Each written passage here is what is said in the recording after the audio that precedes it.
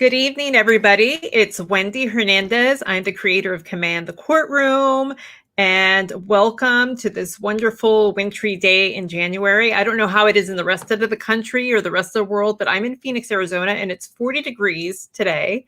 The rain has been coming down, heavy winds, sleet, hail. It's crazy, and it's not something I'm used to, but I'm loving it. So on this wintry day in Arizona, I have a special guest, and her name is Jodi Aman. And Jodi's going to share with us on a topic that I'm really excited to hear about because it comes up in a lot of my cases. So let me tell you a little bit about Jodi. She's been a family therapist for over 20 years. She empowers people to become their own healer. As an anxiety survivor and a mom of teens, Jodi totally gets it.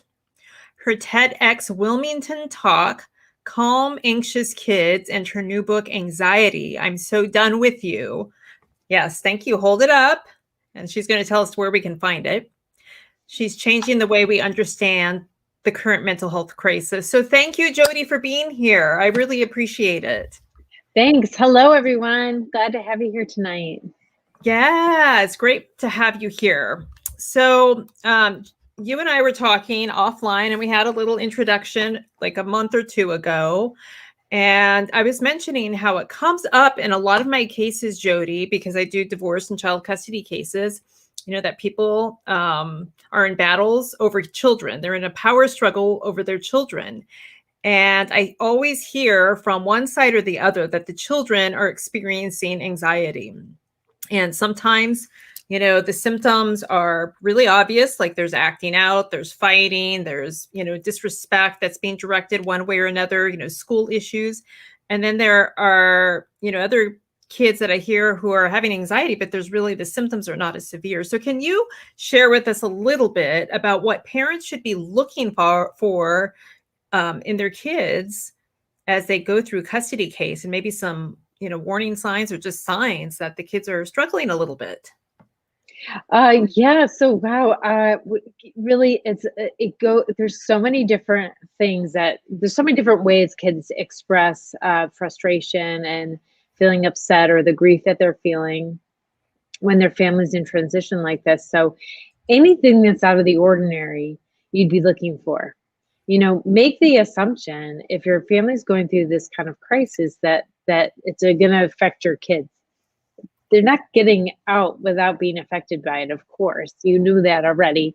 That's why you probably thought so hard about how to make this decision, because you were thinking of them. And kids could be okay. They can make it through, but good parenting through the process really goes far into helping them adjust quickly and feel calmer, feel happier, feel safer in the process. So anytime a kid is acting unusual, like unusual to themselves, I guess I'd start a conversation. I'd try to get at what might be happening or what they might be thinking or what they might be worried about, because you want to, because anxiety has a way of spiraling, getting worse and worse and worse. And so the sooner you address it and try to help the kid think about it differently, and not feel that anxiety, the better for their whole life. Okay. So how can we differentiate between a kid who's experiencing anxiety and a kid who is being coming into teenagehood, for example? Because I know there's a lot of hormones that come with that, and just, kids are changing. So they may be acting out normally. Can you help with us differentiating between those two things? Well, I think it's really difficult. I mean, right now we're in the pandemic, so kids are really struggling. So whether their family's going through their own personal crisis, like they've lost a family member, or their parents are going through divorce, they're struggling anyway. So it doesn't matter why they're struggling, really. If they're struggling, we could help them. You could help them. And so sometimes parents feel guilty if they've caused it or something like that. But really, the biggest thing right now, the biggest thing is the pandemic and how it's affecting kids on every level. And so parents are, if you don't understand that and what's happening, then you tend to blame yourself, and that could take you down a rabbit hole of anxiety. And then you're really not there, to be present and help them with what they need help with. So, what are some of the ways that you're seeing kids being affected right now during the pandemic? And then you throw on top of that family law issues or parents going through a divorce or going through court. Well, I mean, a lot of kids are not in school right now. There is some kids, depends on where you are in the country. Some kids are in school full time, and some kids have been off since last March, have been in virtual school. And so that kind of isolation is affecting them in ways that's not necessarily cognitive. It's like physiological. Like they're Oh, not having that dopamine trigger off, and then they get more and more isolated. And then they don't really feel like doing anything, don't want to do anything. The problem is when that's happening, kids think it's them, that something's wrong with them. And they don't realize it is a regular human reaction to what's going on right now. And so they feel worse about themselves and don't even care. If you have a child who's not coming out of their room because they're in virtual school all day, I would say that's a red flag right there. And that's not necessarily, it's not good for the human brain to be that isolated. And when you're isolated, you don't care. You don't care about anything. You are anxious, you're depressed, but also you don't really care. You might not care about even getting better. You don't want to do anything. You don't want to try to do anything. And that's really about your dopamine not hitting off. And then you really don't care about getting enjoyment anymore. I get really worried when I see that, and you have to like get them out and get them doing something, get their brain stimulated. Our brains need stimulation. And so I think that's the worst threat. So when you have a family who's dealing with their own stuff and parents fighting, you feel like you have no one to go to. That compounds the problem even more. So that's the worry. So, okay. So thank you for that. How can a parent say that there's a child, who's angry with the parents? They're angry because they blame a parent for the divorce, or they blame a parent because suddenly they're not getting things that they used to get when the parents were together. They're just blaming a parent. So they've turned on a parent, possibly Oh because, yeah. yeah. Do you see Yeah. that in your Oh, practice? all the time. Either there's issues with loyalty, like kids are often worried about their parents through divorce, and then often they're mad at their parent through the divorce.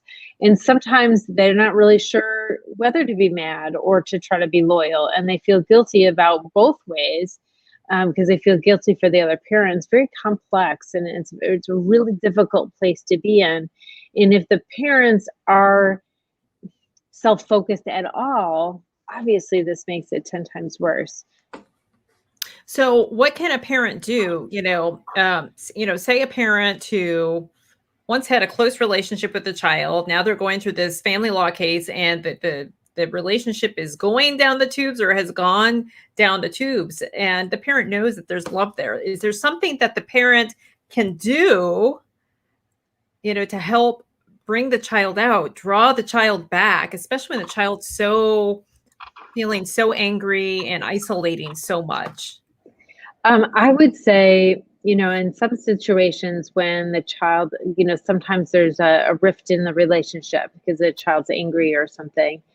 If a parent could make it about the child, always be selfless in every interaction. Kids know, especially teenagers, they know immediately.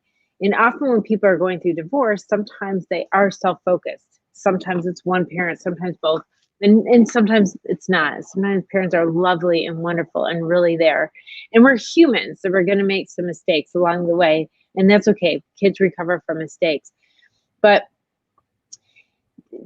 a big mistake sometimes parents may, I'm coming from the child side because I've been working with children most of my career and teenagers, so I really get their side of it. And if a parent's trying to make a kid understand, it means they've stopped listening.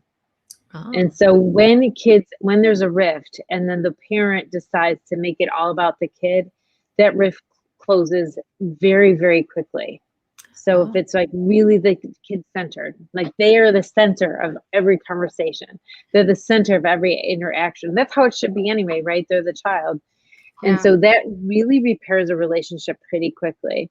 And if you're not really sure how to do that, like get a coach, get a counselor, get the kid in counseling, because it could really make a huge difference in that relationship.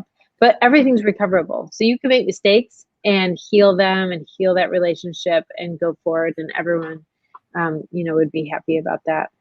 Okay. So does your book help, would it help parents going through these situations, through custody cases or divorce, and talk them through hopefully, repairing the relationship with the child or getting the child back? Yeah, well, I mean, it really helps you understand the child. Actually, parents are reading this book, and educators are reading this book, and practitioners are reading this book, because it helps you understand what is happening. But not only for your teenager, it helps you understand for you, because a lot of parents going through divorce are experiencing their own anxiety. Right. So this explains anxiety, but it also helps give you a perspective of your kids, but it also empowers people to take their agency back in their life. So parents could use it to help understand their kids and what their kids are going through. But all along, because I've been a counselor for as long as I have been, I'm just talking about anxiety as like an illness and what we do about it. Anxiety comes in the context of things and difficult times in our life. So I'm talking about how to get through difficult times. This is what we need. We need it right now for the pandemic. We need it right now because we're always going through something, right? There's always grief that's happening. There's always relationships ending. There's always disappointments in our life. So there's always rejections. And so this is the one, when your parents are divorced, this is a biggie for kids. Yes. And so when they learn how to respond to difficult situations, their life's a lot easier. Okay. So, I wonder, and hopefully you can speak to this, like, I wonder if one of the reasons that kids, may act out or have anxiety during divorce is because they're feeling so out of control. Their lives are out of control. Would you agree with that? Exactly. That's exactly. Yeah. So how do you have a tip for helping parents help their kids or their teens feel more in control in these out of control situations? Yeah, so you want to connect them. Anxiety disconnects you with your skills and abilities. So you want to reconnect them. So you want to remind them stories about when they got through something hard, or when they met a challenge, or when they did something brave. You want to remind them of those kind of identities and bring them out. Also, reminding them, even in this situation, in the divorce situation, where they have choice, where they have agency, where they have abilities, where they've been nice to someone, where they help their younger sibling go through it, whatever they've done, their response, we have to bring it in their face, how their response gives them the power to make a difference in the situation, a huge difference. And that's really actually what I talk about in the book. So anytime you're going through hardship, you want to remember our skills and abilities. In our generation, they're really struggling with this. So you could watch my TEDx Wilmington talk. This generation, because of commercialism, and it's really changing how we see ourselves, and it's really disconnecting us from cause and effect, and disconnecting us from knowing that we have abilities, that we have skills. We're completely disconnected with their skills. We have skills. Kids have skills, but they don't know they do. And that's why anxiety is so huge right now. So you say this generation, Jodi, can you explain why it's an issue with this generation? And by this generation, are you talking about Generation Z, or what do you? Yeah. Yeah, absolutely. Because they've grown up with a phone in their hands, like that. It's kind of a mirror image, so I'm pushing it out of the screen.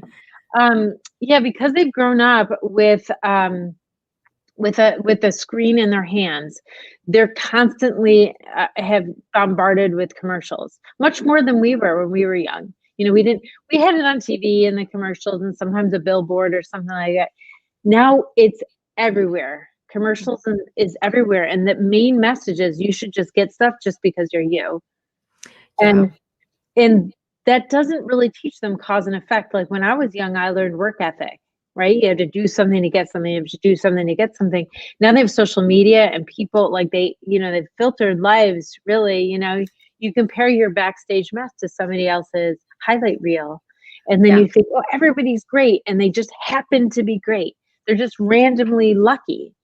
And you don't see any of their hard work behind that. And so it feels like, again, you're not learning cause and effect. It feels like things happen out of the blue, lucky to people, and you're left out.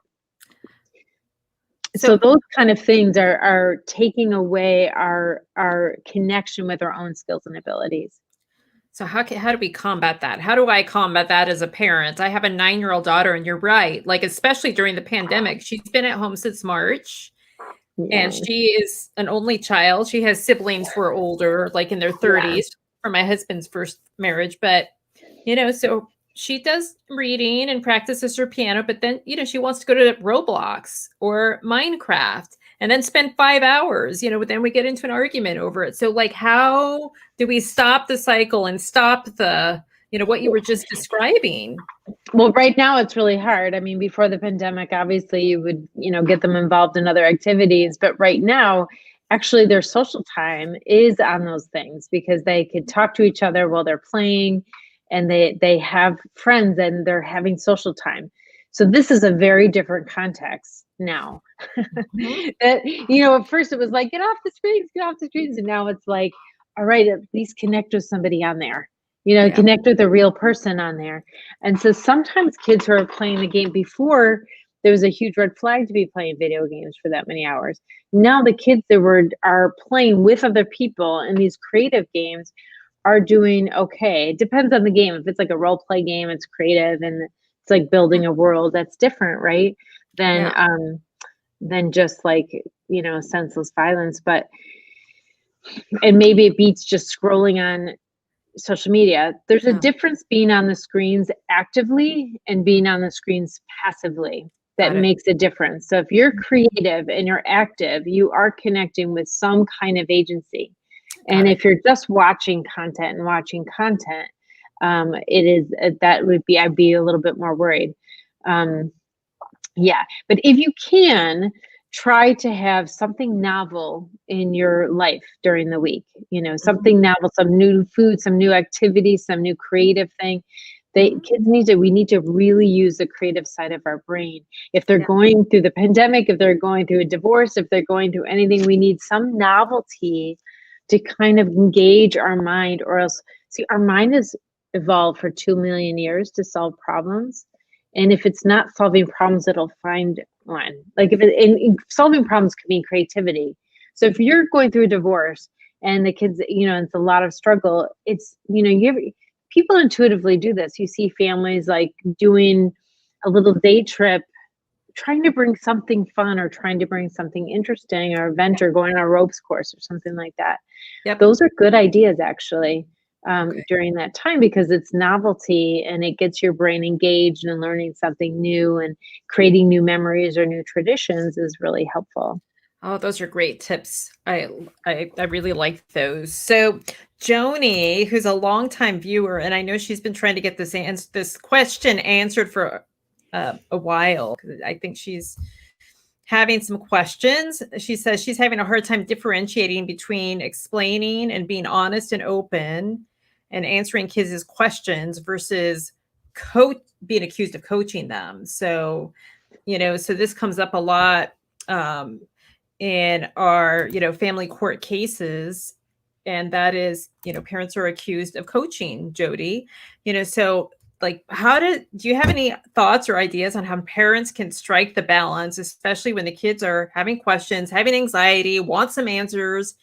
How can the parents talk to them and not be accused of coaching? I don't know if you know the answer to that. I never saw that actually affect a court case. You have to tell me, because you're a lawyer. I mean, I've been working with families going through divorce for a really long time, and that doesn't necessarily. Sometimes it is quite blatant and it is really damaging. There's like parent alienation going on, and it's pretty obvious. But a lot of times, I feel like judges know that that's just par for the course, and they're just trying to create a narrative that is, you just have to not think about too much. You have to not take it into account. I mean, you're a lawyer. You're like, what is she saying? But I never saw it make a difference in a case. Yeah.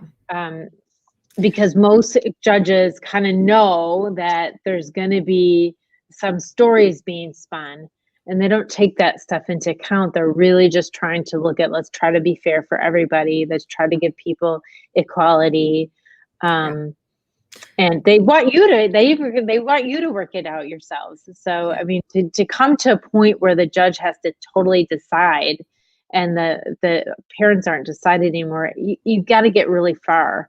So I would say, don't worry about that as much. Be there for your kids. They're number one. If you're not going to talk to your kids because you're afraid it's going to hurt you in court, there might be extenuating circumstance. Like if you're divorcing a narcissist that is, it's very, very dangerous, then I might worry and I might advise you something differently. But for the majority of people, be there for your kids.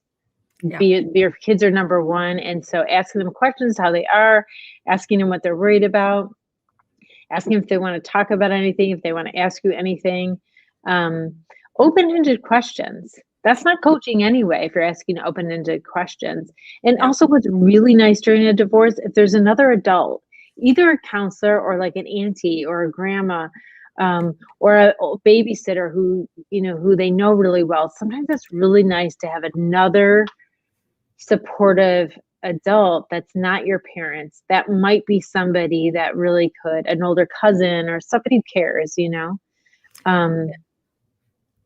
Okay. All right. Great advice. And it's a hard, so Joni says, so yeah, you have to be there for them and risk it. I mean, like this, this family law stuff, it always is, it's a risky thing. I feel it from the attorney's perspective and from the client perspective, because you're balancing, especially when there are kids involved. Like, because what could happen if you completely ignore your children, Jodi? Like, you ignore their questions, you don't answer them, you don't address their needs. I mean, what could happen? Suffer in silence. They suffer in silence. And it doesn't mean that they won't recover, but we don't really want them to suffer at all. This was our decision, right, to do this.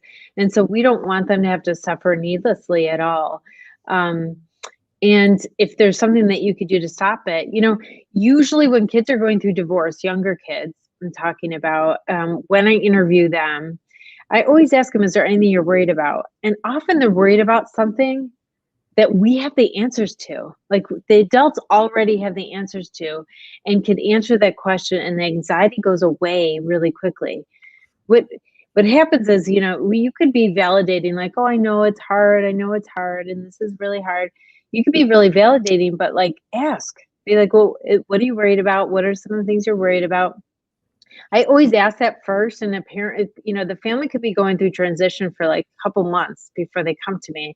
And I ask the kid what they're worried about, and it's something like about the schedule that's already been worked out. They just don't know, right? It's an answer that their parents can answer. It's not even like one-sided or coach. There's no, like, usually they're worried about something that we can answer. Got it. Okay. All right. I recently had a case where a judge said to my client, who's a man, that he had inappropriately involved the children by talking to them in the case. And these kids were teens. I mean, they were older children, and teens ask a lot of questions, they can think for themselves, and maybe that's what Joni's afraid of. I don't know how old Joni's children are or child is, but yeah. I've had that situation before too. It's just really, and I'm also reading some of these comments here. Can I tell if one of the parents is a narcissist? Pretty quickly. I'm pretty good at, there's just telltale signs when somebody is so self-focused. But, we're all self-focused and sometimes or another. So there's nothing wrong with you if you have been. Don't judge, don't say you're that. But there's some things that people do that's textbook. And so you could know.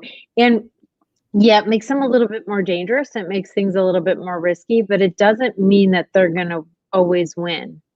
And so there are ways, if you have someone who knows a little bit more about a narcissist, that might help you if that is going on in your case. And maybe that's going on in Joni's case, really. Yeah, it could be. I don't know if you want to speak to that at all, Joni. Feel free, but if you don't, I understand. And I feel like more and more lately, clients are coming to me. There are people on this live stream who are talking about that they're trying to parent with a narcissist. And I think that a lot of the fears that the clients who come to me have is that, especially when the person on the other side is a narcissist, that they're going to lose, because the narcissist will do everything that they can to win, no matter the cost, at the risk of, the child or whatever. And I think there's a huge fear. So I love what you just said, that just because somebody's a narcissist on the other side doesn't mean that they're going to win. They don't always win. They don't always win. It's a horrible situation, and very scary, because first of all, this person brought you through trauma in the relationship. And so there's a lot of triggered trauma in the court case when you're divorcing, obviously. And so they have that sense of how to psychologically, bug you. And so it's a very, very difficult time when you're trying to separate a divorce from someone who's narcissistic, because they'll use any means necessary, but they do not always win. They do not always win. And these judges, they're doing this all day, every day. And the writing is often on the wall, and they could really tell a lot of the time. Not all the time. I know there's sometimes that it doesn't work out, but sometimes it does work out. Okay, awesome. So do you have daily practices that can help people, teens, anybody experiencing anxiety, to rewire their brains for happiness? Yeah, get my book, because I do have a whole chapter about the neuropsychology of how to, what you have to know about what's going on in the brain when you're anxious, and what exactly you have to do. Awesome. Yeah. And so it's maybe more, because we only have a couple minutes left. So it's a little bit more than I could put in there. But you go to my YouTube channel, Jodi Aman. So it's youtube.com/Jodi Aman. And I have like 200 videos on there. And I have programs on anxiety and a couple books. This is my adult book. This is my first book. It's called You Want Anxiety Zero. Okay, awesome. But of course, if you just wanted to get one book, parents are reading this, kids are reading this. It's written for teens, but parents and educators and practitioners are really loving the book. Oh, it's written for teens. Okay. Any ideas on what teens can do every day to raise their self-confidence? Any thoughts on that? I love this activity. And so it's short enough that even teens could do it. But every day they want to write down 3 things that they did that day. So you know how the gratitude journal, you write down 3 things you're grateful for? There's no agency there. That's good. Actually, it really helps. There's a lot of research on that. But add to it 3 things that you did, because we want to reconnect you with what you're good at and what unique skills that you have, and find a counselor. There's no shame in going, and they really could change your life for the better. Is it possible, with somebody like you, for example, say I'm in Arizona and I know somebody who needs a counselor. Can you do counseling from state to state like that? Or I could do coaching from state to state. It depends. I have reciprocity in some states and not other states, but anyone out of state, I do coaching. We do coaching with. That means you can't be, at risk of hurting yourself, or else that would not be appropriate. But someone was asking, can you change your brain? Sorry, I missed it. Yeah. Where was it? Wow, there's so many comments. I love this. There's so many fun. I thought it was Tenacious Warrior. Is it possible to rewrite your brain? Yeah. She's saying it is possible. It is absolutely possible to untrigger the triggers that bring you anxiety and change them. And it's about rethinking anxiety. Whatever you think about anxiety, when I teach people about anxiety, they rethink it and it disappears. It goes away. Oh my gosh. Okay. This is Joni's asking, have you ever used Alpha Stim? I don't even know what that is. I don't know what it is either. Oh, is it a supplement? I don't know. Yeah, I don't know, Joni, if you can give any. So Tenacious Warrior is just writing down the points I'm making. Thank you. I get it. I get it now. Yeah, I'm on you. Yeah, she's really good. She's my trusty assistant. She's amazing. So Jodi's giving you a little Thank prayer hand. you. I Uh, love you. yeah, and she says, so there are women like you both, and counselors appreciate you both. So Oh, Joni, thank and you. then she Thanks, said, Joni. thank there, not there.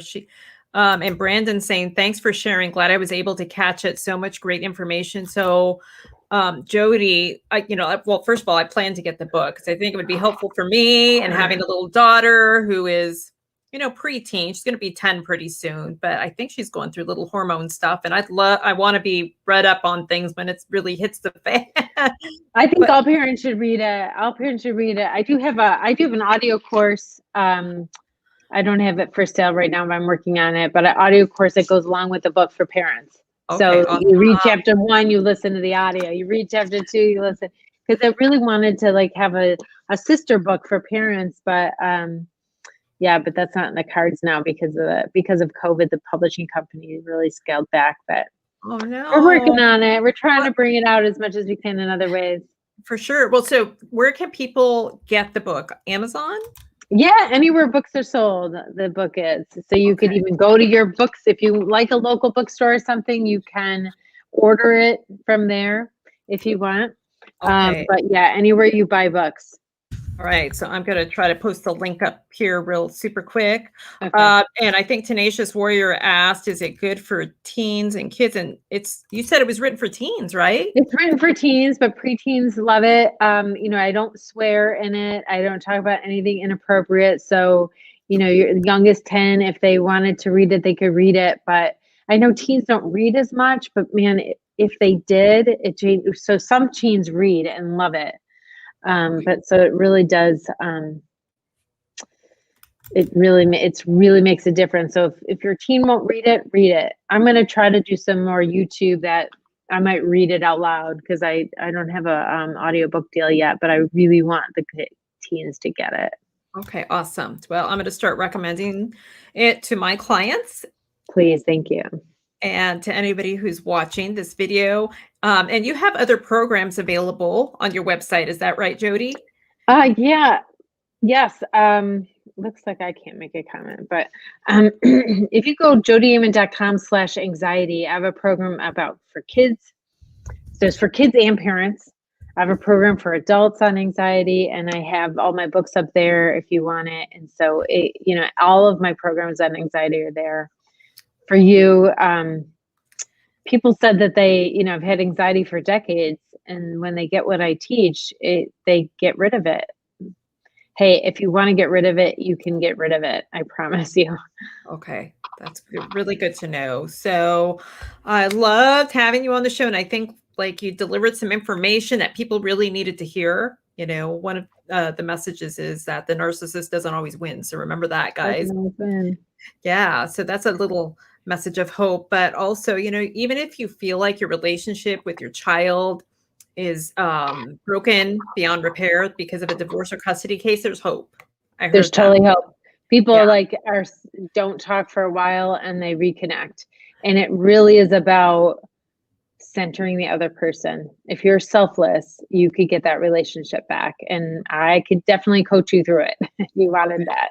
All right. Okay, you guys. So use Jodi as your resource. Like, she's been working in this area forever. Is it 20 years? Yeah, 25 years. Yeah. Hey, I do have if you check out my videos on YouTube, I do have a lot that I do refer to narcissism a lot because I've helped people with trauma for so long. Okay. So if you're like, I'm really, watch my videos, and I really do make a lot of comments on those things for you. Okay, excellent. Well, I so appreciate your time, Jodi, and can't wait to hear when the audiobook comes out, but we'll look for the YouTube videos in the meantime of you reading. And good luck on the book. And for all of you guys out there watching, thank you so much for watching. And we'll be back with another show next week. And by the way, I want to remind you all that Dr. Darren Weissman is going to be on the show next week. Do you know Darren Weissman, Jodi? No. Sounds familiar. Okay, he's a Hay House author, and we're going to actually do some live hot seats, which is something I've never done on this show, which is pretty exciting. So what that means for the viewers is that if you throw your name in the hat to be selected for a hot seat. You're going to be on video with me and Dr. Weissman. And if you're struggling with an area of your life, whether it's with a marriage, a relationship, finances, health, kids, whatever, he's going to take you through, he's going to work with you to help move you to the next level and show you what's possible. So if you guys are interested, fill out the little form.